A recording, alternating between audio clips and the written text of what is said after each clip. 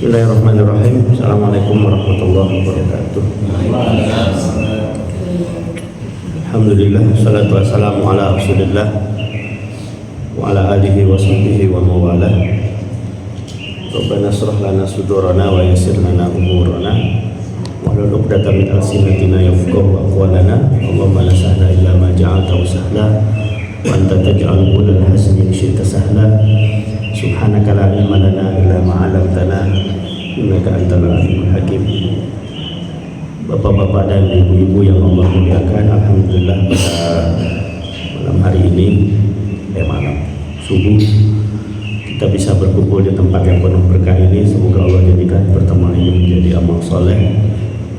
Salawat dan salam moga tercurahkan kepada Nabi kita Muhammad sallallahu alaihi wasallam, kepada keluarganya, para sahabatnya, para salihin. Semoga Allah menjadikan kita termasuk orang-orang yang taat kepadanya, orang-orang yang Allah kumpulkan bersama mereka di surganya. Sekarang kita lanjutkan pembahasan yang sebelumnya, As-Saffat 67 ya. As-Saffat ayat 67.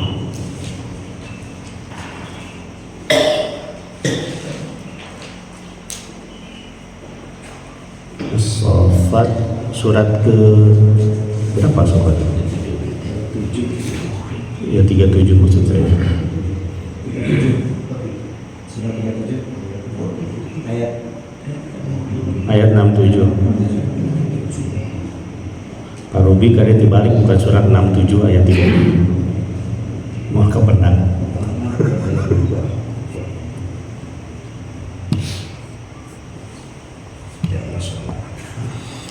As-Saffat 37 sampai 67. 67 sampai kita baca ayat ke 67 sampai ke 76, sampai paling bawah kiri. Udah ketemu ya? A'udzu billahi minasy syaithanir rajim. A'udzu billahi minasy syaithanir rajim. Bismillahirrahmanirrahim.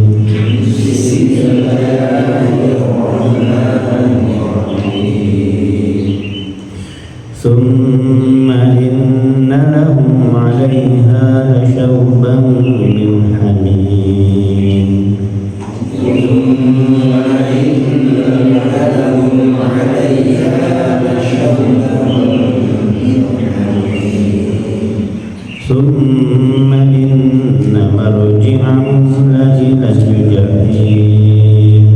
Tsumma inna marji'ahum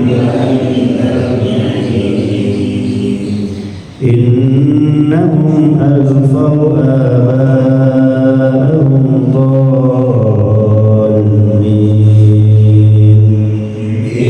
Innahum alfaw aba'ahum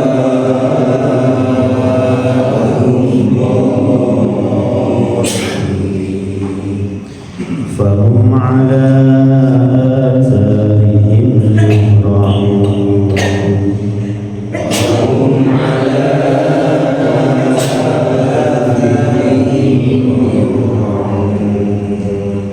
وَلَقَدْ ضَلَّ قَبْلَهُمْ أَكْثَرُ الْأَوَّلِينَ.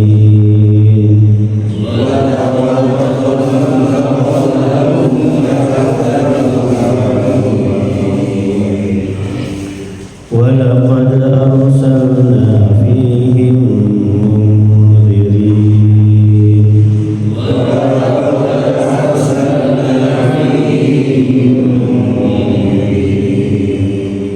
فانظر كيف كان عاقبة المنذرين. فانظر كيف كان عاقبة المنذرين. إلا عباد الله المخلصين. إلا عباد الله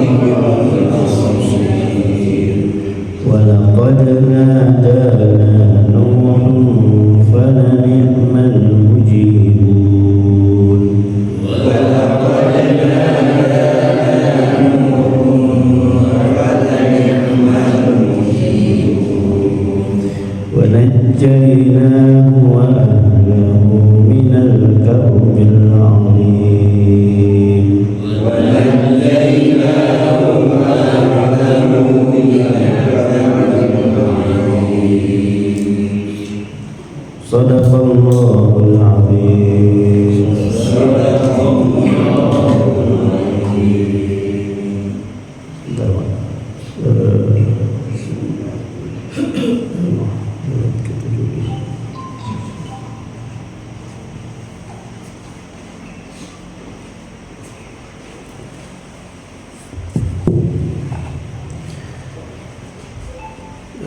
Alhamdulillah pada pagi hari ini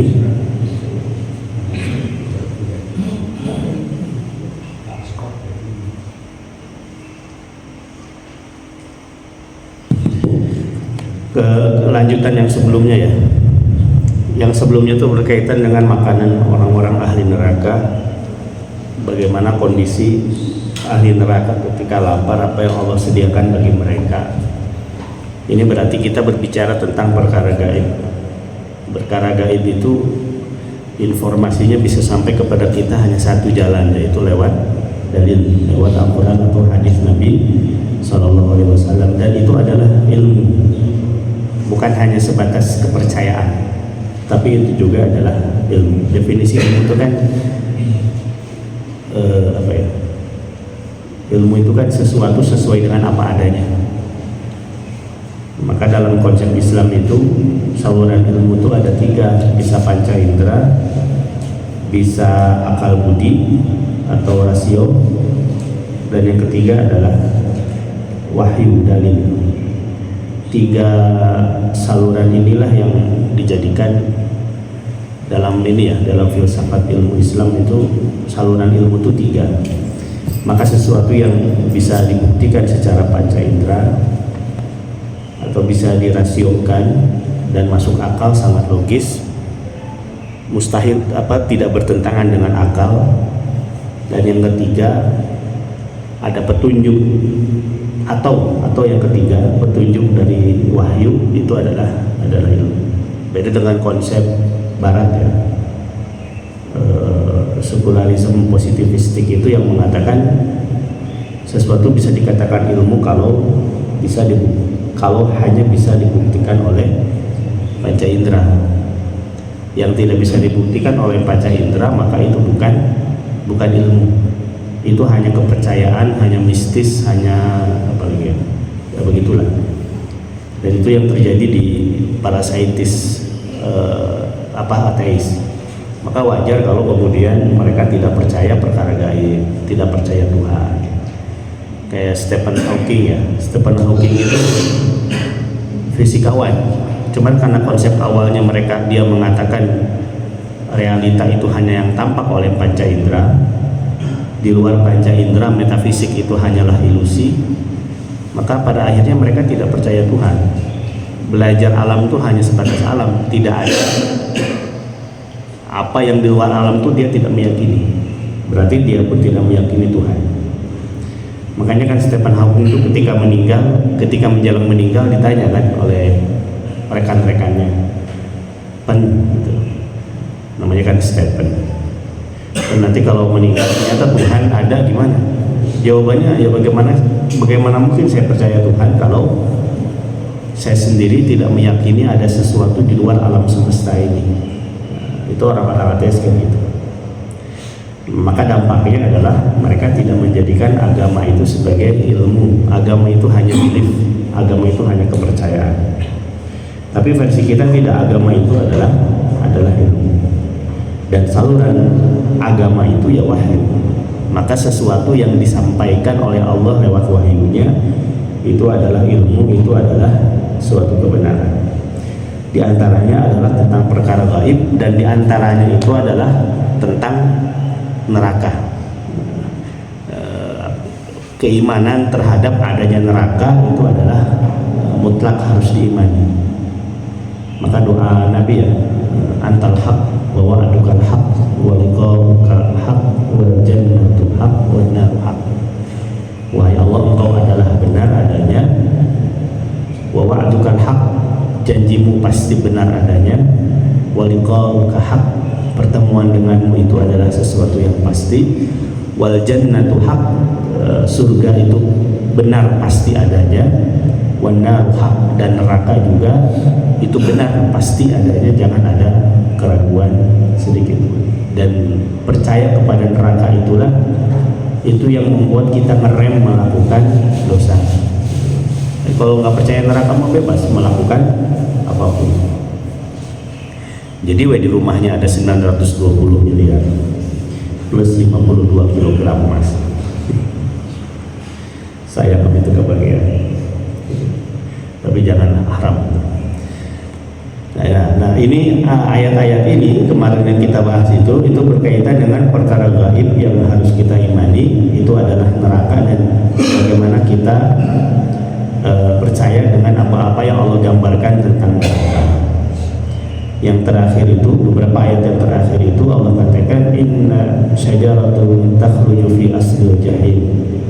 Jadi zakum itu adalah pohon yang keluar dari fi aslil jahim, dari dasarnya neraka jahim. Talwaha ka'annahu ru'usus syayatin, di mana ketika muncul itu mirip dengan kepalanya setan. Fa innahum la'aqiluna minha famali'u minhal butun. Dan sesungguhnya mereka, maksudnya ahli neraka, la'aqiluna. Ini menggunakan dua kata. Pertama menggunakan la pendek, itu artinya sungguh. Akiluna, ini bukan pakai kata kerja tapi pakai ismul fa'il. Artinya sesungguhnya mereka adalah pemakan. Jadi bukan akan memakan, tapi sesungguhnya mereka adalah pemakan pohon tersebut. Artinya pasti akan memakannya.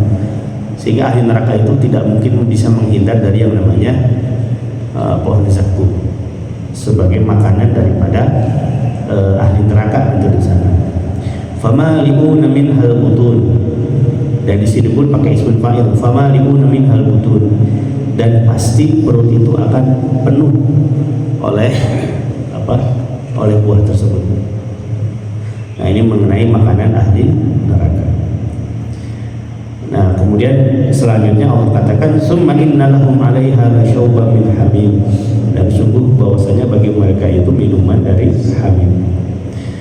Di sini ada hal-hal berkaitan dengan neraka ya. Tentang pohon zakum dulu. Di sini ada hadis Nabi Shallallahu Alaihi Wasallam riwayat Tirmidzi.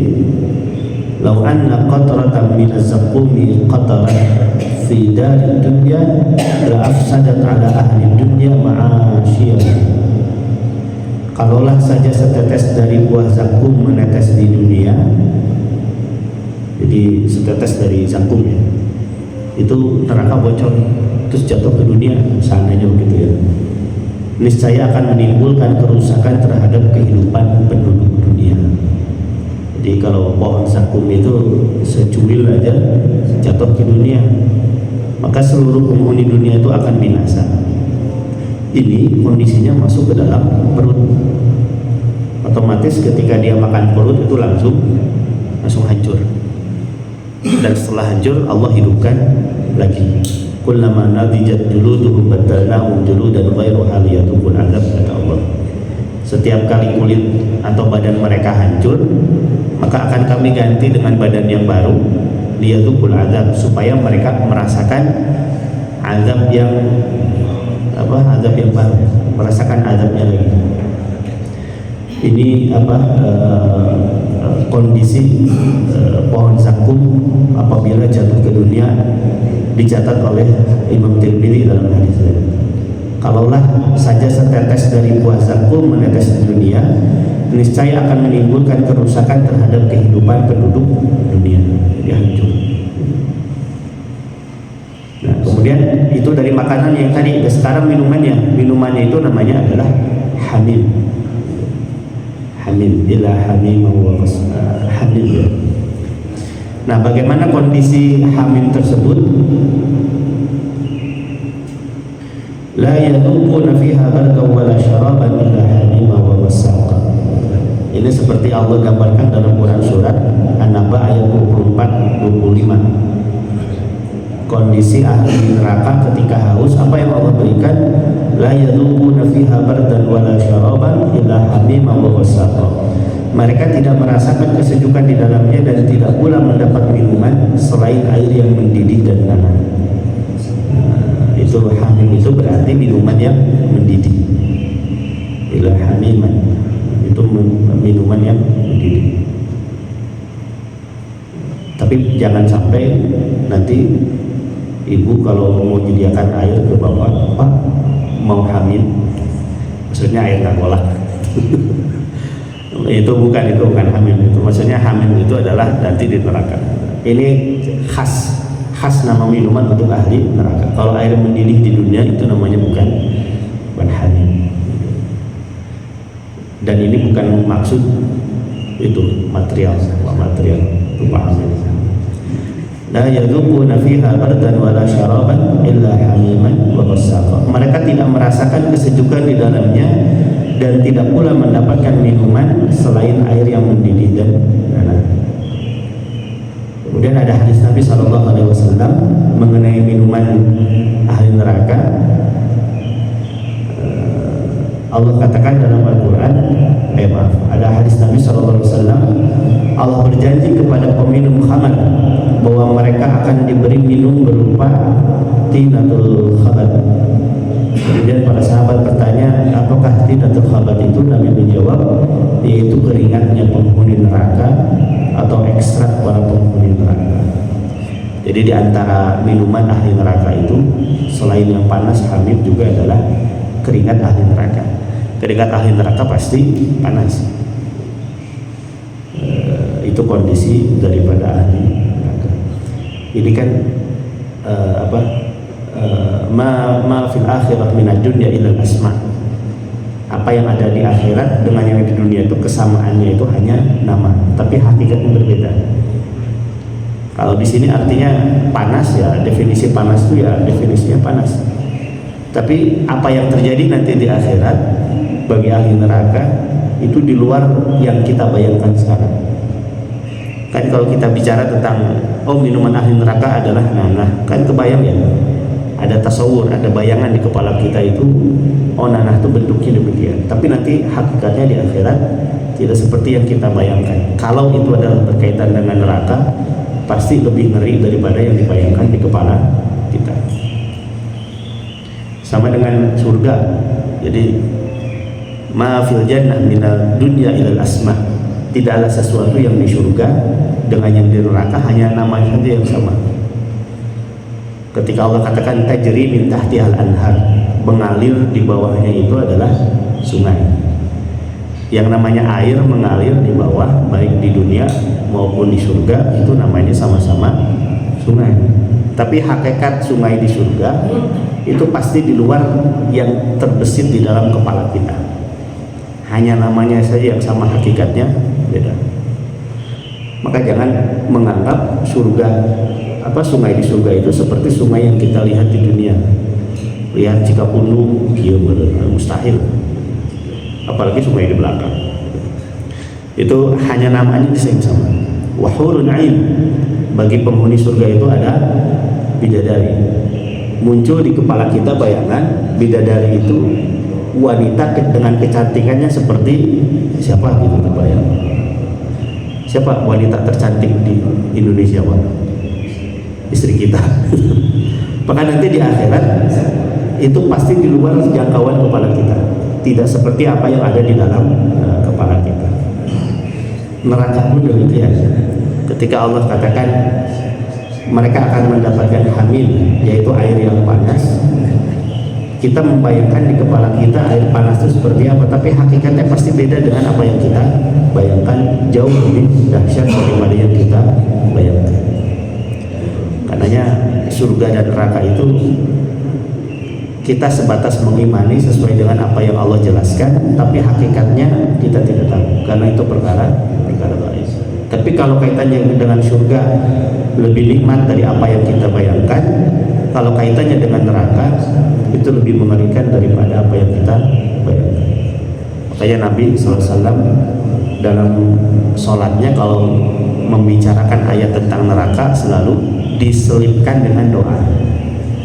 Nah ini jadi diantara sunnah Nabi itu kalau lagi baca, lagi sholat, baca ayat-ayat tentang neraka, beliau itu berhenti sejenak, tapi kemudian berdoa, Allahumma inni a'udzubika minan nar, ya Allah aku berlindung kepadamu dari api neraka. Kebalikannya, kalau lagi sholat membaca ayat-ayat tentang surga, maka beliau berdoa meminta surga. Intinya apa? Ketika sholat sambil berdiri baca ayat-ayat tertentu boleh diselingi dengan doa. Tapi kalau lagi ruku, lagi sujud tidak boleh membaca Al-Quran. Lagi sujud baca Al-Baqarah, lami-lami nah, itu tidak boleh, kecuali doa yang diambil dari Al-Quran dengan niat doa itu dibolehkan. Nah ini tentang minuman daripada ahli neraka, yaitu adalah hamim wa ghassaqa dan nanah yang Allah berikan kepada mereka. Kemudian ayat yang selanjutnya, ayat ke-68, summa inna marji'ahum la ilal jahim. Kemudian sesungguhnya tempat kembali mereka itu adalah neraka jahim. Jadi Allah menggunakan kata summa itu kemudian tapi berjarak. Ini artinya adalah Allah sedang berbicara tentang orang-orang kafir yang masih hidup atau sudah meninggal, masih di alam kubur. Pada akhirnya kemudian mereka akan pulang yaitu ke neraka jahim, karena memang hari kiamat itu masih butuh jarak, masih lama. Belum nanti dari setelah hari kiamat kemudian dibangkitkan. Setelah dibangkitkan kemudian nanti ada yang namanya padang mahsyar.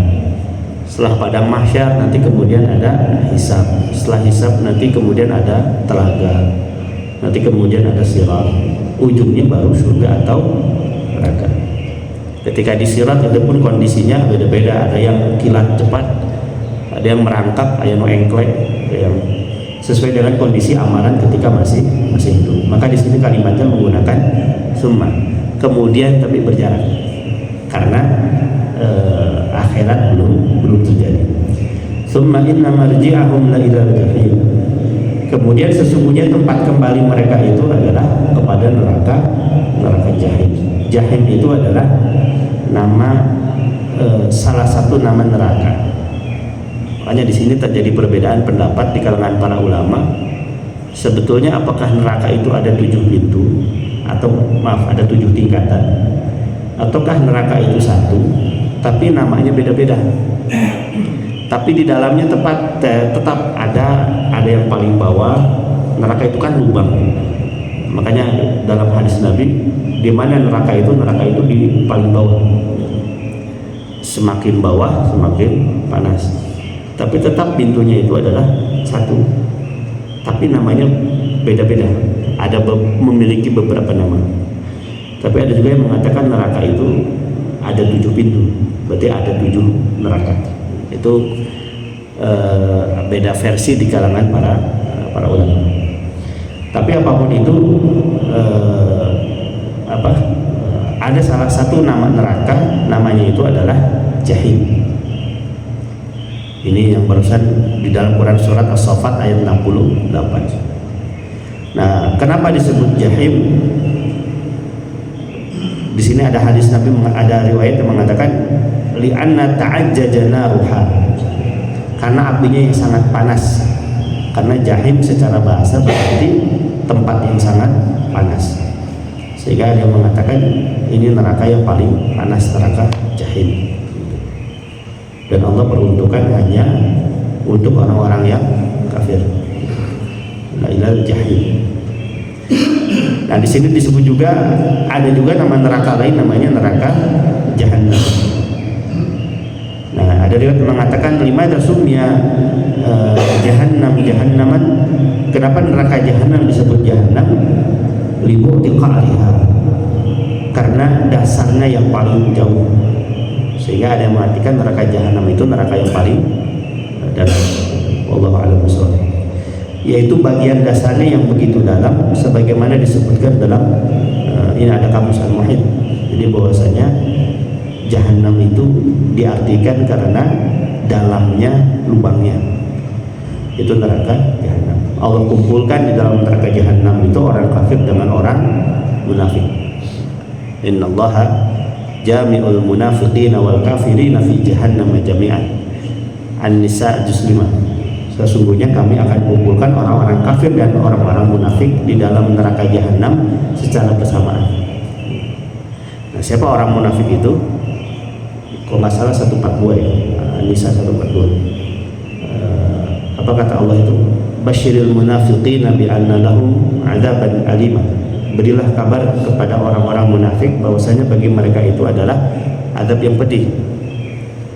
Nah, lalu siapa neraka Jahannam itu?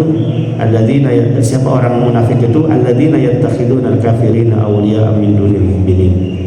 Yaitu mereka yang menjadikan orang-orang kafir sebagai walinya bagi mereka.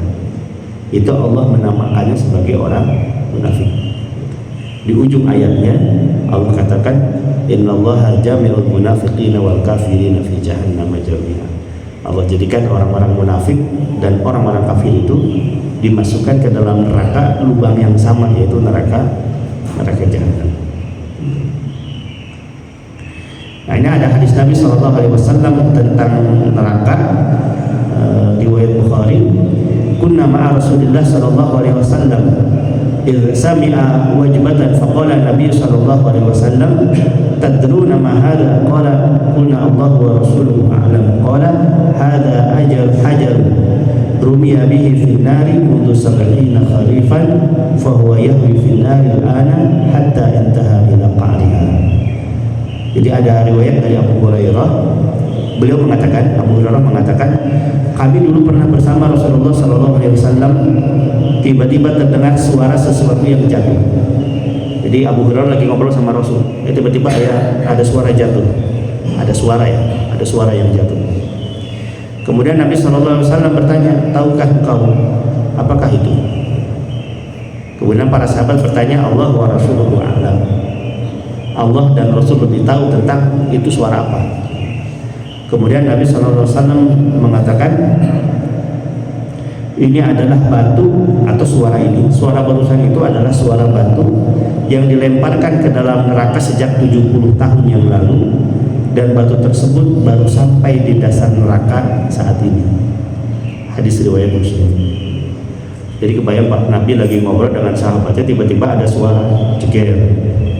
Nabi bilang, itu suara apa?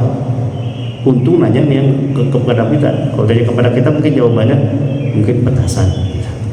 Zaman Rasul belum ada. Akhirnya sahabat bilang, Allah wa rasuluhu a'lam. Ya Rasul, Allah dan Rasulnya lebih tahu.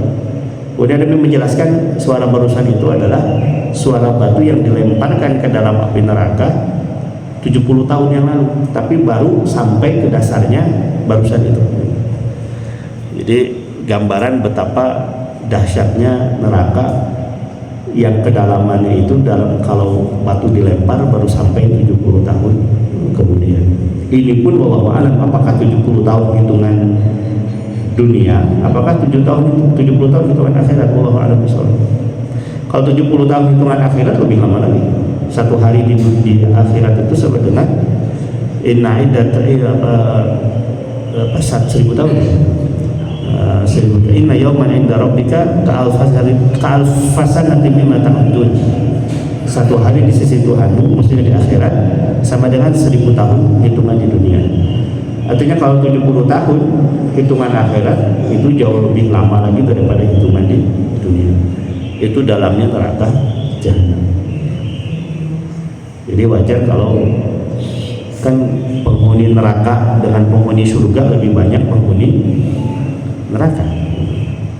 Jadi kalau jumlah manusia dari zaman Nabi Nuh atau zaman Nabi Adam yang kafir sampai dengan umat akhir nanti menjelang hari kiamat, mayoritas penghuni neraka ya sangat cukup di neraka tersebut. Apalagi dalam konsep akidah umat Islam harus diyakini orang iman itu ujungnya akan masuk ke dalam surga. Seburuk apapun orang beriman, ujungnya masuk ke dalam surga walaupun di neraka dulu. Artinya apa? Neraka itu nanti akan berkurang penghuninya seiring pindahnya orang beriman masuk ke dalam surga. Tapi insya Allah mudah-mudahan kita masuk langsung ke surga tanpa mampir dulu.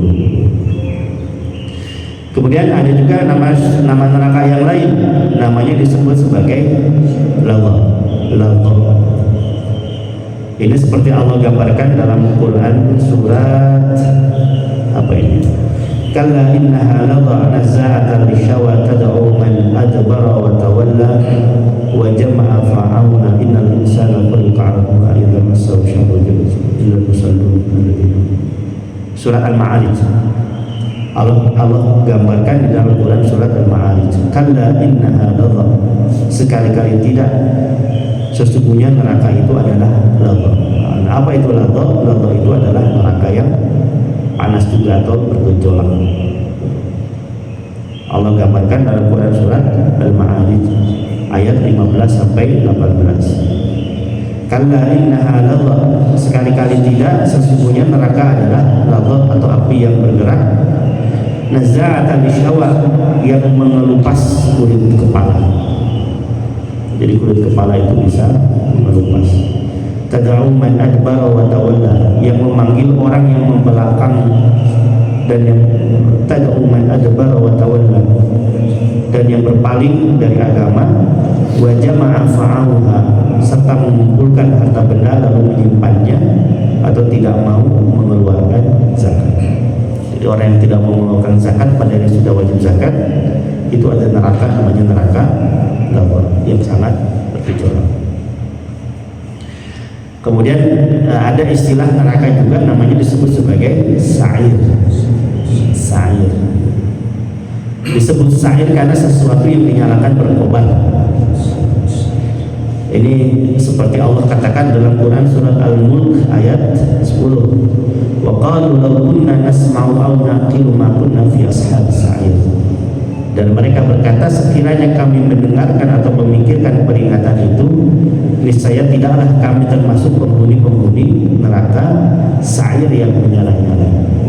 Jadi disebutkan sebagai sa'ir itu karena neraka yang menyala-nyala. Kemudian disebut juga dalam ayat lain neraka dengan sebutan sebagai sakar, yang artinya adalah yang menghanguskan, karena memang neraka itu membuat hangus. Ini seperti Allah gambarkan di dalam Quran surat apa ya? Al-Mudaththir. Ma salakakum fi saqar, qalu lam nakum minal musallin wa lam nakun nut'imul miskin wa kunna nakhudu ma'al khaidin wa kunna nukadzibu biyaumiddin hatta atana al-yaqin. Apakah yang memasukkan kamu ke dalam sakar neraka? Ini ahli surga bertanya kepada ahli neraka. Walaupun sampai sekarang saya masih memikirkan gimana cara nanyanya. Satu di surga, satu di neraka, itu kan terpisah ya. Tapi Allah menggambarkan dalam Al-Quran, ahli surga itu akan bertanya kepada ahli neraka, kenapa bisa masuk ke dalamnya? Masalah akum fi sakar. Apa yang menyebabkan kau dimasukkan ke dalam sakar atau ke dalam neraka? Qalu, maka mereka menjawab, qalu lam nakum minal musallin. Kami dahulu tidak termasuk orang-orang yang mengerjakan salat. Jadi orang yang tidak mengerjakan salat, eksplisit Allah tegaskan akan dimasukkan ke dalam neraka sakar. Apalagi kalau sampai ini para ulama beda pendapat ya di antara 4 mazhab tentang hukuman yang meninggalkan salat atau status orang yang meninggalkan sholat. 3 mazhab, Hanafi, Maliki, Syafi'i, mengatakan orang yang meninggalkan sholat dengan sengaja itu adalah fasik. Baru dikatakan kafir kalau sekiranya dia mengatakan atau meyakini sholat tidak wajib, itu baru kufur. Atau sholat mengerjakan tapi tidak mengatakan sholat wajib, kenapa sholat? Hobi, itu kafir. Jadi ketika kita sholat, di benak kita harus meyakini ini adalah perintah yang hukumnya adalah wajib. Tapi kalau kata Imam Ahmad, beliau mengatakan siapa yang meninggalkan sholat dengan sengaja, masih meyakini sholat itu wajib ataupun tidak, tapi sengaja meninggalkan sholat, apapun alasannya, itu adalah kufur, wajib syahadat. Itu kata Imam Ahmad. Nah, kalau dia tidak taubat, maka Allah akan masukkan ke dalam neraka yang namanya sakar. Walam nakun nut'imul miskin, dan akan dimasukkan ke dalam neraka sakar juga adalah mereka yang tidak memberikan makan kepada orang miskin, maksudnya tidak menunaikan zakat. Ketika sudah sampai wajib zakat. Wa kunna nakhudu ma'al khaidin, dan kami membicarakan yang batil bersama orang-orang yang membicarakannya. Berkongsi, berbicara batil tentang Islam itu masuk kategori ancaman api neraka. Gitu. Apalagi kalau merencanakan sesuatu yang buruk untuk agama Islam. Wa kunna nukadzibu biyaumiddin hatta atana al-yaqin, dan kami tidak percaya kepada hari kiamat sampai datang kepada kami kematian. Nah, jadi kondisi itu yang tadi itu tidak sholat, tidak zakat, bersekongkol dengan orang kafir, kemudian mendustakan hari kiamat, itu tetap berlaku sampai hari kiamat, sampai dia meninggal. Artinya tidak taubat, maka ujungnya kepada neraka sakar. Artinya kalau belum meninggal masih ada kesempatan taubat, kemudian taubat akan Allah ampuni. Karena di sini Allah kata-kata hatta atana yakin, sampai datang kepada mereka sesuatu yang benar-benar terjadi, yaitu adalah kematian. Kemudian disebutkan juga di sini nama neraka lain namanya Hutamah, artinya adalah yang memecahkan dan menghancurkan.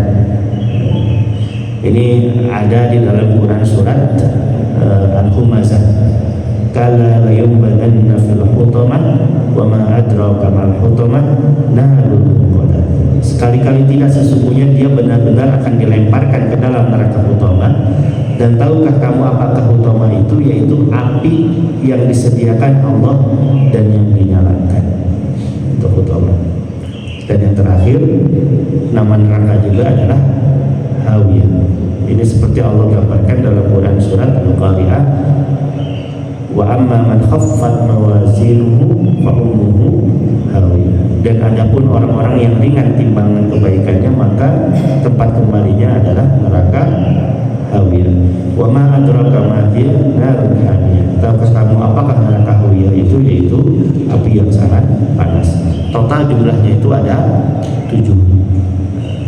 Nah, jawaban 7 itu apakah berarti 7 pintu ataukah 1 pintu, tapi lapisannya yang berbeda, wallahu a'lam bishawab.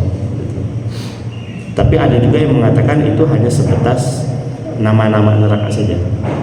Jadi namanya banyak, tapi musammannya, objeknya itu adalah satu. Tapi apapun itu, naudzubillah kalau kita dimasukkan, kita tuh sudah bersyukur walaupun masuk surga kelas ekonomi, itu syukur. Berarti kita selamat dari neraka. Tapi kalau kita berdoa, fa idza sa'altumullah fas'alul firdaus, kata Rasul, kalau kau minta kepada Allah maka mintalah surga firdaus. Setidaknya kalaupun tidak sesuai ekspektasi kita, kita turun di bawahnya. Jangan berdoa kepada Allah, ya Allah masukkan aku ke neraka tenanan kelas ekonomi. Oke. Iya kalau dikabulkan, kalau enggak, enggak. Itu maka minta kepada Allah itu adalah yang maksimal. Oke, sampai ayat 70 ya. Kemudian ayat yang selanjutnya Allah katakan, fahum ala atharihim innahum alfau aba'ahum dhalin. Yang demikian itu karena mereka mengikuti nenek moyang mereka yang sesat, dan boleh jadi kebanyakan sesat. Makanya kata Allah dalam Al-Quran, in tuti aktsara man fil ardi yudilluka an sabilillah. Apabila engkau mengikuti kebanyakan penduduk dunia ini, maka engkau akan tersesat daripada Allah. Maksudnya apa kata Allah? Orang yang sesat itu jumlahnya lebih banyak daripada orang yang benar. Makanya kan ada Ibnu Mas'ud kalau tidak salah, kebenaran itu tidak dilihat dari jumlah. Satu orang walaupun itu benar, ya harus kita ikuti. Jangan kita ikuti populasi yang banyak kalau memang itu salah. Benar salah itu ukurannya bukan dari jumlah, tapi dari kualitas. Kemudian ayat 70-nya Allah katakan, fahum ala atharihim yuhra'un. Kemudian Allah katakan ayat 70-nya, dan bahwasannya mereka itu mengikuti para apa ya, ihram itu ya. Sebentar. Wahum ala atharihim yuhra'un. Mereka betul-betul mengikuti pendahulunya ya, kata Allah.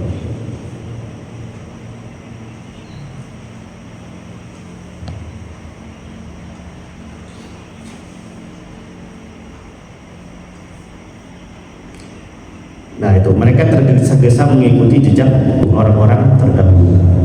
Ini larangan taklid ya kepada orang-orang yang zalim.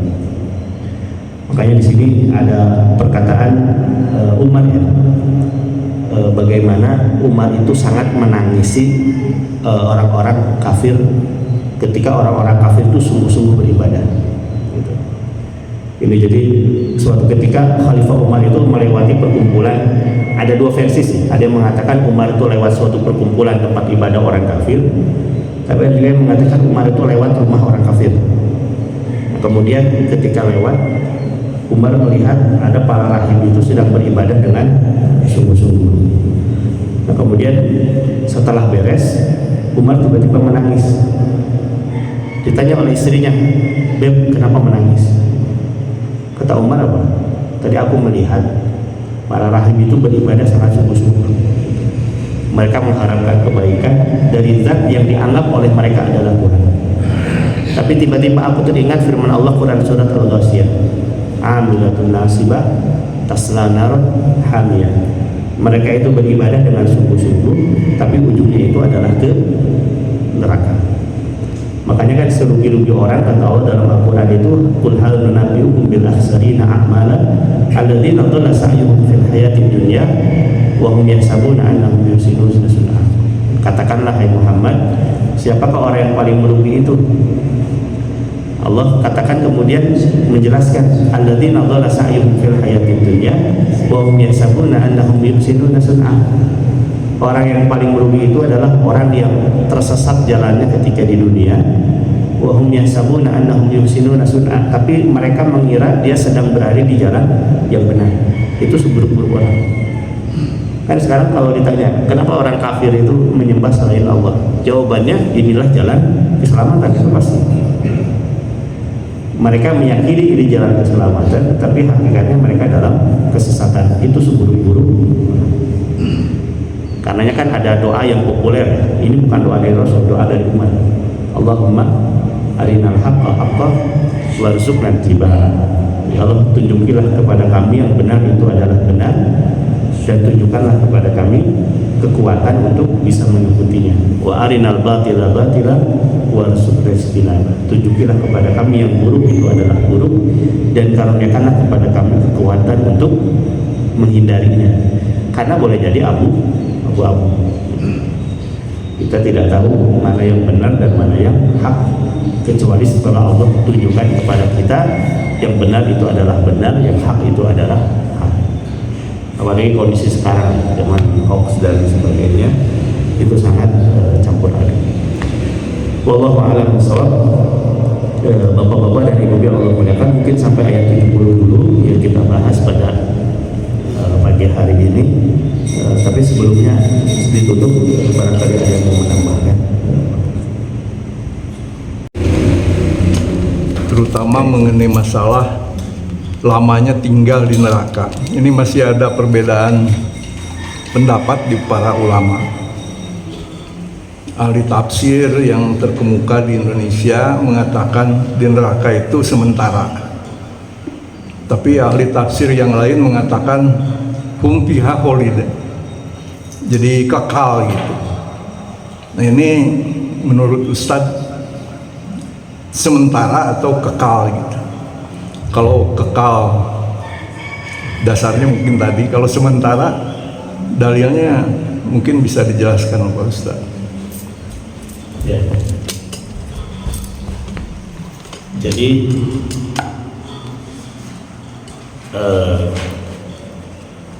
kalau ahli kalau orang kafir Orang kafir itu artinya meninggal dalam kondisi kekufuran ya.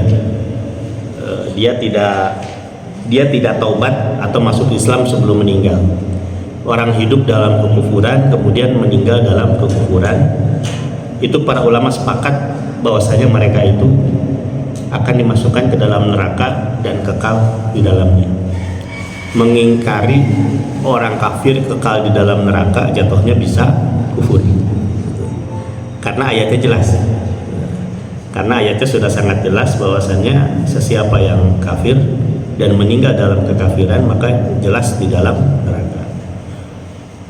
Jangankan orang biasa ya, orang yang paling dekat dengan Rasul ketika itu namanya Abu Talib. Sepanjang hidupnya melindungi dakwah Rasulullah. Tapi kemudian meninggal dalam kekufuran, tidak mau masuk Islam. Ada seorang sahabat bertanya, "Ya Rasulullah, aina Abu Talib?" "Ya Rasulullah, di mana Abu Talib nanti di akhirat?" Apa yang Allah akan perlakukan kepada Abu Talib, orang yang meninggal dalam kondisi kekufuran, meskipun sepanjang hidupnya melindungi Rasulullah? Apa jawaban Rasulullah? Rasul menjawab, "Kalaulah sekiranya bukan karena permintaanku kepada Allah supaya azabnya diringankan, maka dia pasti akan disimpan oleh Allah di neraka yang paling dalam. Tapi aku meminta kepada Allah supaya azabnya diringankan." Rasul itu tidak meminta kepada Allah supaya dikeluarkan dari api neraka, karena itu mustahil. Allah sudah menetapkan orang kafir itu di neraka kekal abadi. Paling banter yang dimintakan oleh Rasul itu adalah diringankan. Ini jadi catatan juga, kita tidak boleh mendoakan orang kafir yang meninggal dalam kondisi kufur. Kita takziah kepada orang kafir yang meninggal, boleh tidak? Boleh, kalau masih di rumah. Tapi kalau sudah dibawa ke gereja, diberkati atau macam apapun itu kita tidak boleh. Tapi kalau masih di rumah karena tetanggaan kita datang, itu boleh takziah. Tapi jangan sampai di depan jenazahnya Allahumma gfirlahu warhamhu wa'afihi wa'fu'anhu. Kok mau sholat jenazah? Itu tidak boleh. Kita datang itu niatnya menghibur keluarganya, meminta supaya lebih sabar. Wah, itu boleh. Tapi kalau sampai mendoakan tidak boleh. Dan yang terjadi perbedaan pendapat itu adalah berkaitan dengan orang beriman yang berdosa. Bagaimana nasibnya nanti di akhirat? Nah, ini para ulama dulu tuh muncul yang namanya sekte. Kalau yang namanya Khawarij, mereka yang mudah mengkafirkan Khawarij itu, sehingga mereka mengatakan orang yang berbuat dosa besar dia pun akan kekal di dalam neraka meskipun dia beriman. Itu Khawarij. Tapi kalau Mu'tazilah beda lagi. Ada istilah populer dalam keyakinan mereka itu, Mu'tazilah itu ada namanya manzilah baina manzilatain. Jadi orang beriman tapi pendosa, dia nanti di akhirat berada di antara dua tempat. Manzilah baina manzilatain, berada di dalam tempat di antara dua tempat, berarti di antara surga dan neraka. Pendirinya itu namanya Wasil bin Atha. Sampai Wasil ini kemudian, kan Wasil itu muridnya Hasan Al-Basri. Hasan Al-Basri itu seorang tabi'in besar, ahli hadis. Tapi Hasan Al-Basri mengatakan bahwasanya orang beriman itu sebanyak apapun dosanya, ujungnya itu akan masuk ke dalam surga. Ini Wasil muridnya protes. Dia mengatakan, oh, enggak bisa. Orang beriman tapi banyak dosa, dia tidak akan dimasukkan ke dalam surga, tapi dia berada di antara dua posisi, surga atau neraka, di pertengahan itu. Hanya diusir sama Hasan Basri, keluar, tidak diakui lagi sebagai murid. Padahal kan Allah jelas dalam Al-Quran, Rasul jelas dalam hadisnya, fama ba'dal mauti min mustaqtabin idal jannah wan nar. Tidaklah di akhirat itu nanti setelah kematian kecuali hanya dua tempat, surga atau neraka. Nah, kemudian ada yang namanya Murji'ah. Murji'ah itu lebih parah lagi. Murji'ah itu mengatakan bahwasannya iman itu hanya sebatas pengetahuan, dan iman itu tidak ada kaitannya dengan amal soleh. selama tahu bahwasanya yang menciptakan alam semesta ini adalah Allah, meyakini Allah itu ada, walaupun banyak dosa, dia tidak berdosa. Dampaknya apa? Dampaknya berarti kalau iman itu hanya tahu, berarti Fir'aun itu orang, Iblis itu beriman. Iblis tahu ada Tuhan enggak? Tahu gitu. Tapi ingkar, tidak taat kepada Allah, dimasukkan ke dalam neraka. Tapi versi Murji'ah itu, karena iman itu hanya sebatas yang penting tahu, tidak ada kaitannya dengan amal soleh, maka berarti iblis itu beriman. Itu Murji'ah, itu namanya Murji'ah. Nah, kalau Murji'ah seperti ini berarti orang beriman banyak dosa pun akan dimasukkan ke dalam surga. Berarti yang di dalam neraka itu hanya orang kafir. Dan definisi kafir pun versi mereka berarti yang memang betul tidak tahu Allah, tidak mengenal Allah sama sekali. Itu mengenai orang-orang Murji'ah. Nah, kita ahli sunnah itu meyakini bahwasanya orang beriman itu ada tingkatannya. Nah, kalau dia adalah seorang mujahid di jalan Allah kan masuk surga tanpa hisab, kecuali kalau punya utang sudah dibayar heula. Aya nganjuk kata tanggi ke warung bayar heula. Kemudian itu jihad di jalan Allah. Tapi ada juga yang di bawah mujahid tapi dosanya sangat kecil, boleh jadi Allah berikan syafaat kepada dia juga langsung ke dalam surga.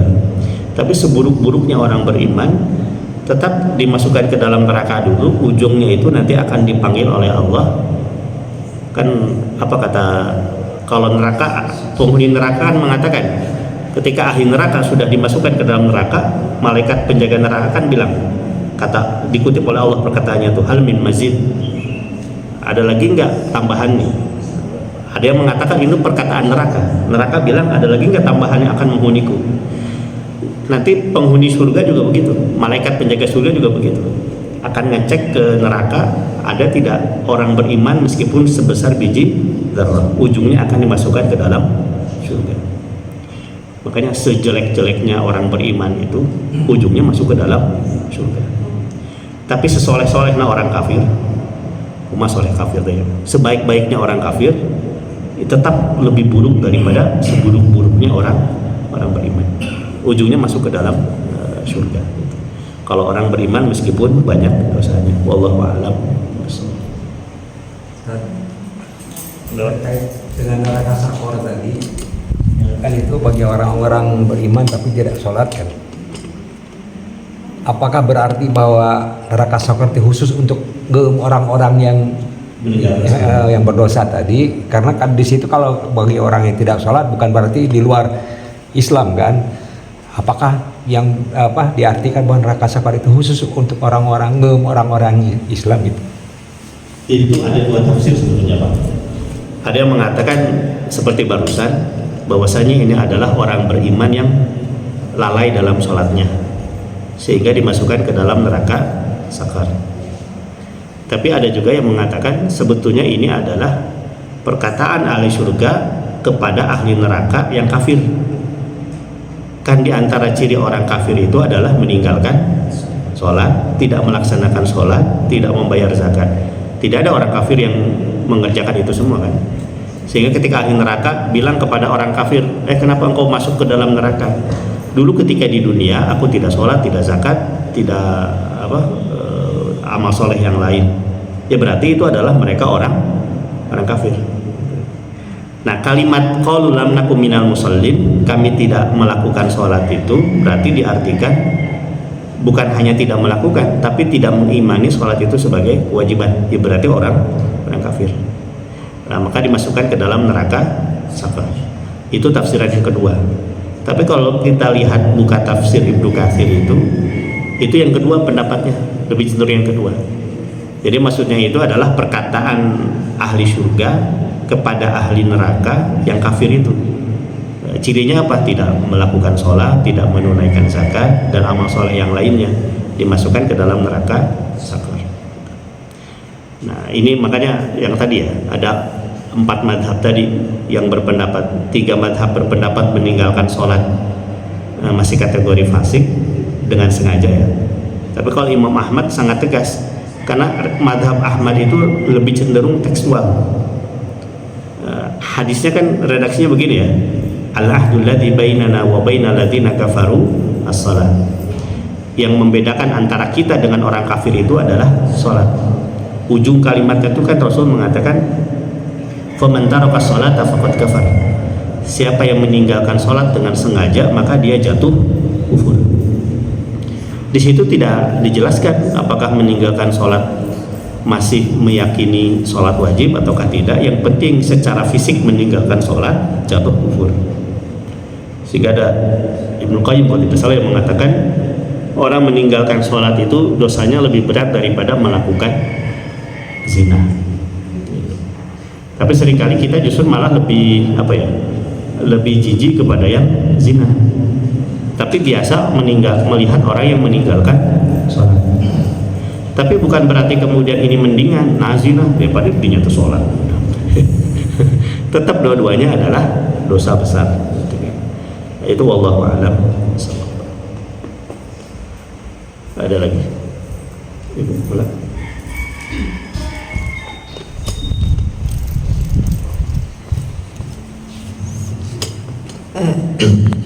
Yang pertama mungkin konfirmasi, jadi yang disebut nenek moyang itu berarti mayoritas ya, karena kan tidak semua leluhur kita tersesat gitu ya. Kemudian yang kedua, apakah mungkin seseorang yang dikategorikan sesat itu dia sendiri tidak betul-betul tidak tahu memang gitu ya bahwa dia itu sesat gitu. Jadi atau adakah kepastian bahwa sebetulnya mereka tuh pasti tahu kok yang benar itu seperti apa gitu. Nah, jadi kalau misalnya secara kasat mata kan banyak yang mungkin dengan pendidikan yang sangat rendah atau misalnya lingkungan yang memang tidak mendukung, mungkin itu kan betul-betul tidak tahu, soalnya lihat lingkungan sekitar mungkin gitu. Apakah jadi mungkin mereka itu tidak tahu dia tersesat sehingga bisa berargumen bahwa ya maaf saya nggak tahu gitu, mungkin nggak begitu. Jazakallah. Bahasa dalam Al-Quran itu kan ada dua ya, ada kafir, ada jahil. Pakai H ya, H kecil, bukan pakai H besar. Ada kafir, ada jahil. Jadi kalau kafir itu umum, yang tidak mengimani Allah, apapun alasannya, apakah karena tidak tahu ataukah karena karena menentang, itu namanya kafir secara umum. Tapi kemudian ada istilah lain namanya jahid. Jahid itu yang kafir tapi karena menentang setelah tahu. Saya meyakini kalau kaitannya dengan agama Yahudi dan Nasrani, saya yakin para pendeta itu tahu, para pastor rahib itu tahu tentang risalah Nabi. Dan Allah katakan ya, alladzina atainahumul kitaba ya'rifunahu kama ya'rifuna abna'ahum. Orang-orang yang telah kami berikan kepada mereka Alkitab ini, yaitu Injil, Taurat, Injil, ya'rifunahu kama ya'rifuna abna'ahum. Mereka sangat mengetahui Nabi Muhammad sebagaimana mereka mengetahui anak-anak mereka. Kan yang namanya orang tua kan pasti kenal anak ya. Biarpun karena kamu anak siapa ya? Anaknya itu kan nggak mungkin tahu karakternya, tahu sifatnya, tahu penyakitnya, itu kan orang tua pasti tahu. Nah, Allah ilustrasikan pengetahuan para rahib ahlul kitab itu tentang kenabian Nabi Muhammad SAW sebagaimana pengetahuan mereka terhadap anaknya. Nah, tapi kenapa mereka menolak? Itu yang disebut dalam Al-Quran sebagai jahid. Jahid itu menentang, menolak. Tapi kalau kafir itu umum, menentang baik tahu atau tidak tahu, itu namanya kufur. Tapi apapun itu dua-duanya tetap masuk kategori kufur. Karena setelah diutus Nabi Muhammad tidak ada alasan siapapun untuk tidak tahu Allah, tidak tahu Nabi Muhammad SAW. Apalagi sekarang zaman teknologi, kecuali kalau mungkin ya di pelosok memang dakwah Islam belum sampai ke sana, itu sih mudah-mudahan ada pengecualian dari Allah sebagaimana firman Allah ya, wa ma kunna mu'adzibina hatta nab'atsa rasula. Kami tidak akan mengazab suatu kaum sampai kami mengutus kepada mereka seorang rasul. Tapi kalau alasannya karena pendidikan tapi hidup di kota, sudah ada majelis taklim, sudah ada dakwah, sudah ada azan, itu tidak ada alasan tidak tahu. Itu yang kedua. Adapun yang pertama, maksud saya itu adalah dampak daripada mengikuti nenek moyang yang salah, lama-lama akan menjadi mayoritas, dan faktanya orang kafir itu jumlahnya lebih banyak daripada kita. Nah kan seringkali orang itu berbangga-bangga dengan jumlah ya. Ketika jumlahnya banyak, oh berarti benar. Padahal kebenaran itu ukurannya bukan dari banyak, tapi dari benar. Kata Ibnu Mas. Wallahu a'lam. Ada lagi? Oh cukup ya. Baik Bapak-Bapak yang Allah muliakan, kita cukupkan pembahasan kita pada pagi hari ini. Kekurangan pasti adanya, mohon dimaafkan. Kita tutup dengan doa kafaratul majelis. Subhanallahumma wa bihamdika, asyhadu an la ilaha illa anta, astaghfiruka wa atubu ilaik. Assalamualaikum warahmatullahi wabarakatuh.